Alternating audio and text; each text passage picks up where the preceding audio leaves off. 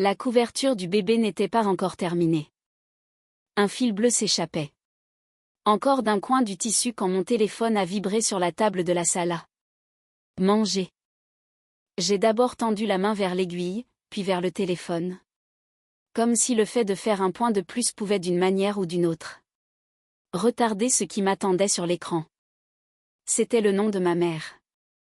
Finalement, nous emmenons ta sœur en Martinique à la place. C'est elle, notre vraie famille. Nous fêterons la venue de ton bébé une autre fois. J'ai lu le message 2 fois. Tant mon esprit refusait d'y croire. Au rez-de-chaussée, j'entendais déjà les premiers invités arriver pour ma baby shower.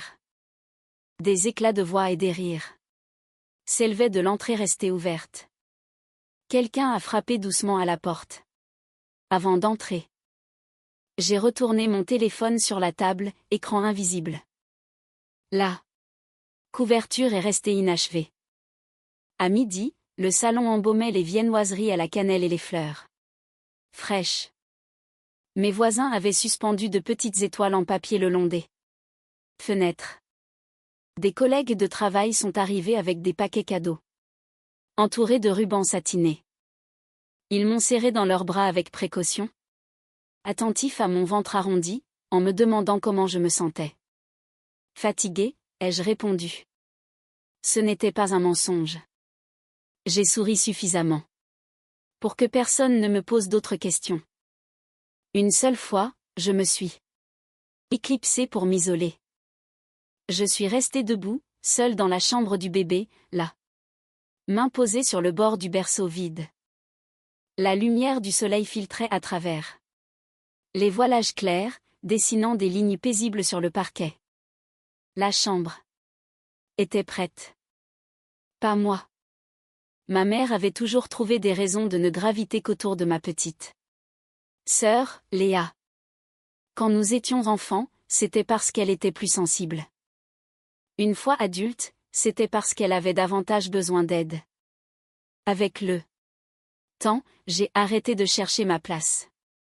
Les enfants qui grandissent en devant mériter l'affection deviennent des experts pour feindre de ne jamais en avoir eu besoin.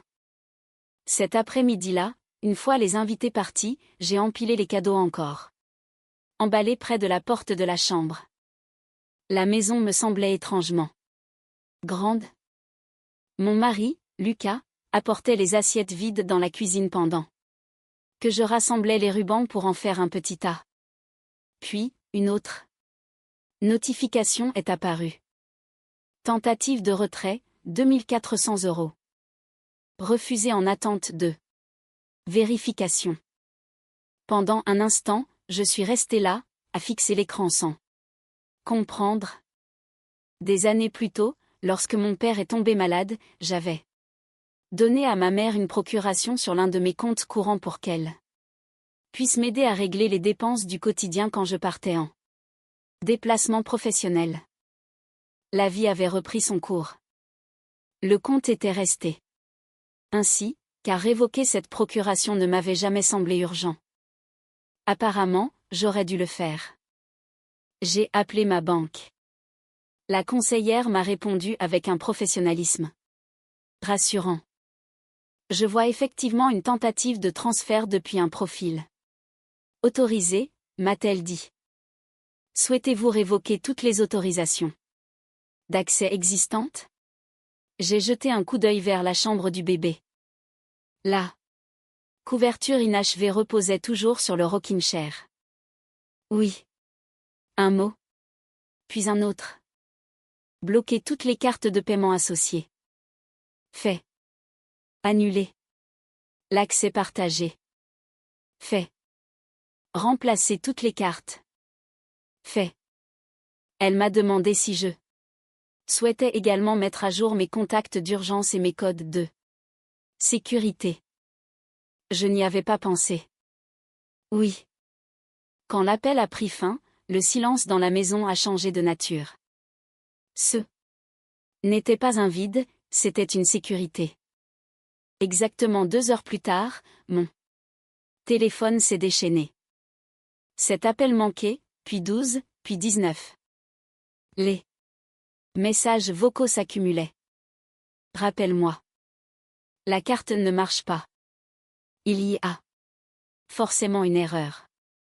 Pas un seul message ne demandait comment s'était passé la fête. Pas un seul ne s'enquérait de ma santé. Lucas a jeté un regard vers le téléphone qui vibrait sur la table, sans pour autant le toucher. Tu n'es pas obligé de décrocher, a-t-il dit doucement. Je sais. Pourtant, j'ai fini par répondre, juste une fois. La voix de ma mère a retenti, déjà empreinte d'irritation. Qu'est-ce que tu as fait? J'ai sécurisé mes comptes. Tu m'as humilié. Je ne savais pas que cet accès t'appartenait de droit. Une inspiration brusque a sifflé à l'autre bout du fil. Je ne faisais que l'emprunter. J'ai attendu. Quand comptais-tu me le demander? Rien, si ce n'est le son lointain des annonces de l'aéroport derrière elle. Je t'ai élevé, a-t-elle fini par lâcher. Ah bon? Et c'est comme ça que tu me remercies? J'ai regardé la couverture du bébé. Le fil qui dépassait m'attendait toujours, exactement là où je l'avais laissé. Non, ai-je répondu doucement. C'est comme ça que j'arrête de confondre la gratitude avec une autorisation. Elle a raccroché. Ce soir-là, mon mari s'est assis près du rocking chair sans dire un mot. Il a pris la couverture, a enfilé le fil dans l'aiguille, et a soigneusement terminé le dernier point que j'avais abandonné quelques heures plus tôt. Ni lui ni moi n'en avons parlé. En le regardant s'appliquer avec une concentration maladroite, j'ai réalisé quelque chose qui m'a surprise. On n'hérite pas toujours de sa famille. Parfois, on la bâtit, un choix patient après l'autre. La semaine suivante, j'ai rencontré un notaire. Rien de spectaculaire. Nous avons examiné les clauses bénéficiaires, la tutelle en cas d'urgence, les directives médicales anticipées et les comptes d'épargne pour notre fille. Chaque document officiel désignait désormais la famille responsable de son avenir, et non celle qui partageait simplement mon nom de famille. Un mois plus tard, une enveloppe à bulles est apparue dans la boîte aux lettres. À l'intérieur se trouvait une vieille photo. Je ne me souvenais pas l'avoir jamais vue. J'avais peut-être 4 ans, assise sur une balançoire de jardin. Les genoux écorchés et des couettes de travers, serrant contre moi un lapin en peluche dont les oreilles menaçaient de se détacher. Glissée derrière la photo, il y avait une carte de vœux vierge. Pas d'excuses, pas d'explications, juste cette photo.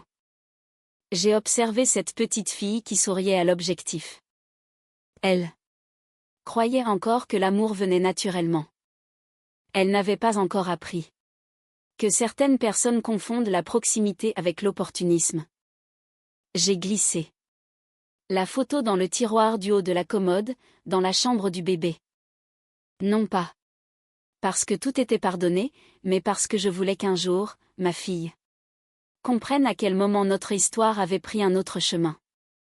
Lors de la première soirée fraîche de l'automne, je l'ai enveloppée dans la couverture enfin terminée. Elle a bâillé une fois, s'est blottie tout contre ma poitrine et s'est endormie, sans savoir combien de décisions silencieuses avaient déjà été prises pour la protéger. Mon téléphone a vibré sur la table basse. Le nom de ma mère est apparu à nouveau. J'ai regardé l'écran s'allumer, puis s'éteindre. La pièce est restée silencieuse, à l'exception du battement régulier et lent de la respiration de ma fille. Certaines portes ne se ferment pas avec fracas. Parfois, elles se ferment sur une seule sonnerie restée sans réponse, accompagnée de la certitude paisible que l'enfant qui dort dans vos bras n'aura jamais à se demander si elle a sa place.